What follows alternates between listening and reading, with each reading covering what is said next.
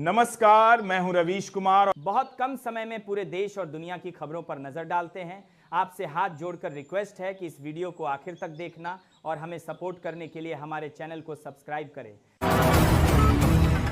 कर्नाटक कांग्रेस में मुख्यमंत्री पद को लेकर खींचतान जारी है। सिद्धारमैया मुख्यमंत्री बने रहेंगे या बदलाव होगा, इस पर अटकलें लगाई जा रही हैं। कांग्रेस अध्यक्ष मल्लिकार्जुन खड़गे ने कहा है कि वे सोनिया गांधी और राहुल गांधी के साथ मिलकर जल्द ही इस समस्या का समाधान निकालेंगे। उन्होंने 1 दिसंबर तक समाधान निकालने का आश्वासन दिया।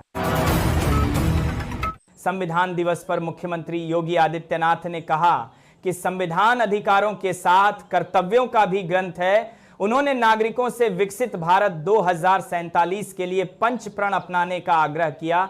उप मुख्यमंत्री केशव मौर्य ने संविधान विरोधियों को माफ न करने की बात कही।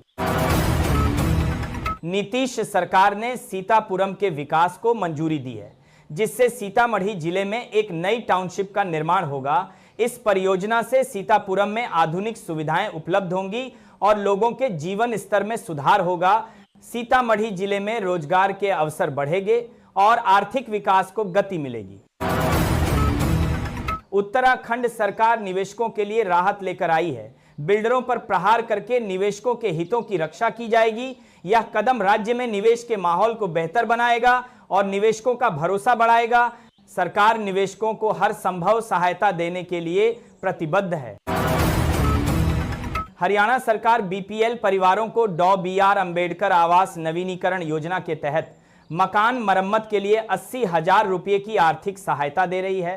पहले यह लाभ केवल अनुसूचित जाति के परिवारों को मिलता था, लेकिन अब सभी पात्र बीपीएल परिवार इसका लाभ उठा सकते हैं।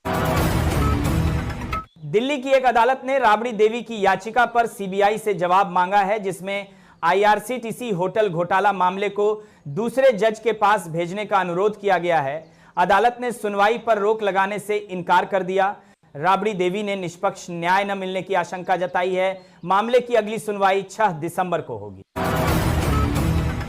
कांग्रेस सांसद शशि थरूर ने पीएम मोदी के भाषण की सराहना पर पार्टी की आलोचना के बाद सफाई दी है। उन्होंने कहा कि उनकी टिप्पणी को गलत समझा गया। थरूर ने वैचारिक शुद्धता पर जोर देते हुए कहा कि राजनीति में तटस्थता को संदेह से देखा जाता है। हरियाणा में किसानों ने मेरी फसल मेरा ब्यौरा पोर्टल पर धान का रकबा दिखाया, लेकिन कृषि अधिकारियों ने अधिक रकबे का सत्यापन किया। भाकियू ने धान घोटाले का आरोप लगाते हुए सीबीआई जांच की मांग की है। अधिकारियों पर मिलीभगत का आरोप है और जांच में खानापूर्ति की जा रही है। फर्जी गेट पास काटने और पीडीएस चावल में घोटाले का भी आरोप है। प्रयागराज में माघ मेला की सुरक्षा व्यवस्था को लेकर एडीजी रेलवे प्रकाश डी ने प्रयागराज जंक्शन का निरीक्षण किया। उन्होंने बताया कि मेला क्षेत्र में अतिरिक्त पुलिस बल तैनात किया जाएगा।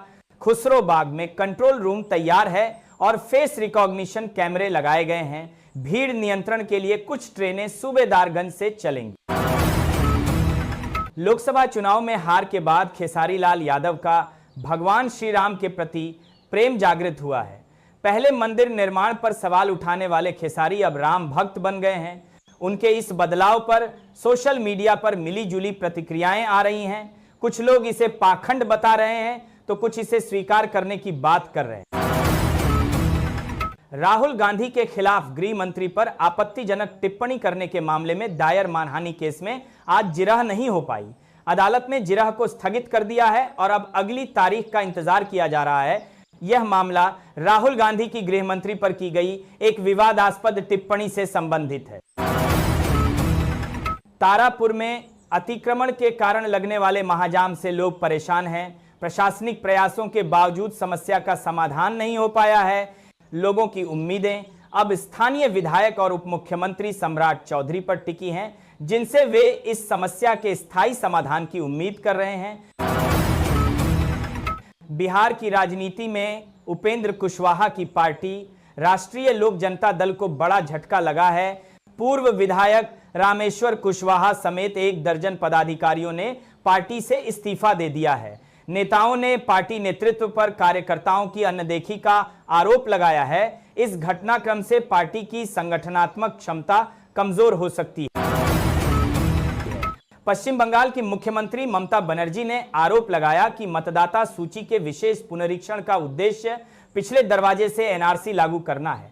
संविधान दिवस पर उन्होंने भाजपा और केंद्र सरकार पर हमला बोलते हुए कहा कि आजादी के बाद भी लोगों की नागरिकता पर सवाल उठाए जा रहे हैं। गाजियाबाद में कैंसर की दवाओं की चोरी के मामले में पुलिस अब सीजीएचएस स्टोर और दवा वितरण नेटवर्क की जांच कर रही है।